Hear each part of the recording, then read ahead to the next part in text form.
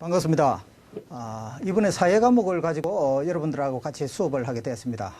아무튼 사회 과목이 2013년도부터는 공무원 시험 과목의 선택 과목으로서 선정이 되었기 때문에 전략적으로 이 사회 과목을 공부를 하시면은 고득점으로 삼으실 수가 있습니다.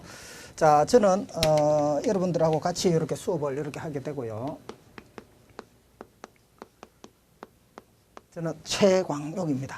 그리고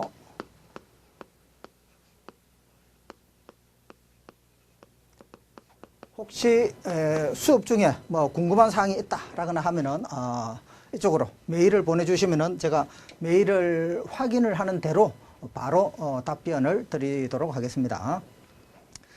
자, 그러면 지금 우리 공무원 사회 과목이 공무원 선택 과목으로 선정이 되었는데, 과연 그러면 이 사회 과목이 어떤 과목인지 학생들이 많이 이렇게 궁금해 하시는 경우가 이렇게 많습니다. 사회 과목을 처음 시작이 됐는가, 아니면 그 전부터 있었는가, 여기에서부터 범위는 어떤지에 대해서 궁금해 하는 학생들이 있고 하기 때문에 수업이 시작되기 전에 잠깐 과목에 대한 성격에 대해서 제가 말씀을 드리겠습니다. 자, 사회 과목은 지금 완전히 처음으로 시작이 된 것은 아니고요. 사실은 2003년도까지는 정상적인 공무원 시험 과목에 선정이 되어져 있었습니다.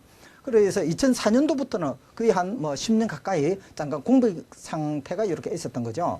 자, 그래서 2004년도부터 지금까지 2012년도까지 공백 상태에 있다가 2013년도부터 과목이 선정이 되었기 때문에 정확한 표현을 하자면은 복귀가 되었다라고 이렇게 말씀을 드릴 수가 있습니다.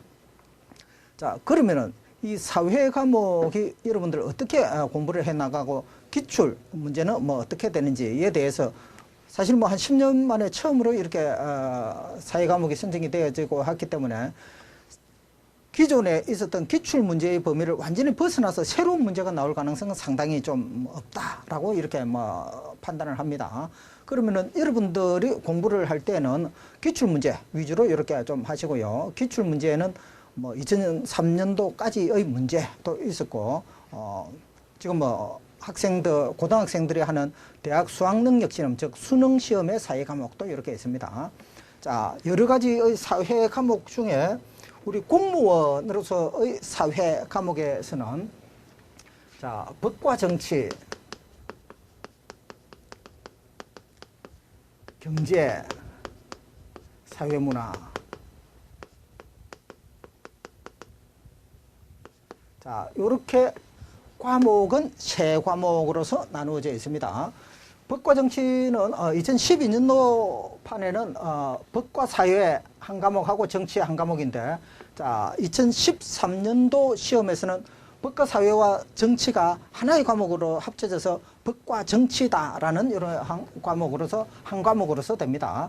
자, 그러면 우리 공무원 시험은 몇 문제인가요? 전체적으로 하면 공무원 시험은 20문제가 나오는 거죠. 자, 20문제 중에서 법과 정치, 자, 여기는 8문제가 나옵니다.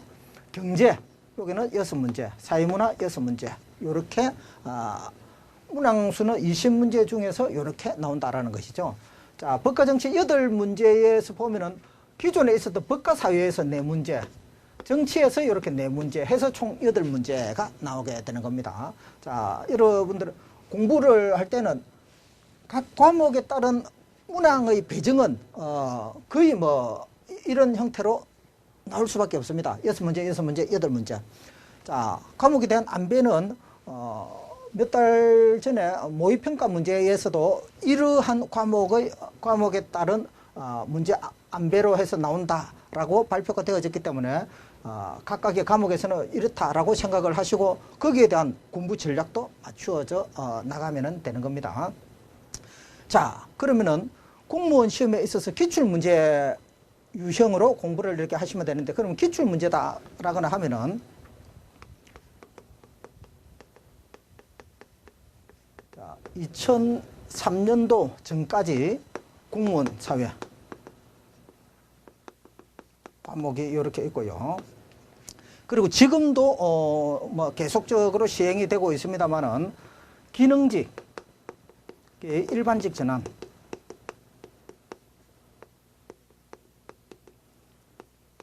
현직 공무원, 기능직 공무원이 일반직 전환할 때 선정되어져 있는 과목이 요 사회라는 과목이 있습니다.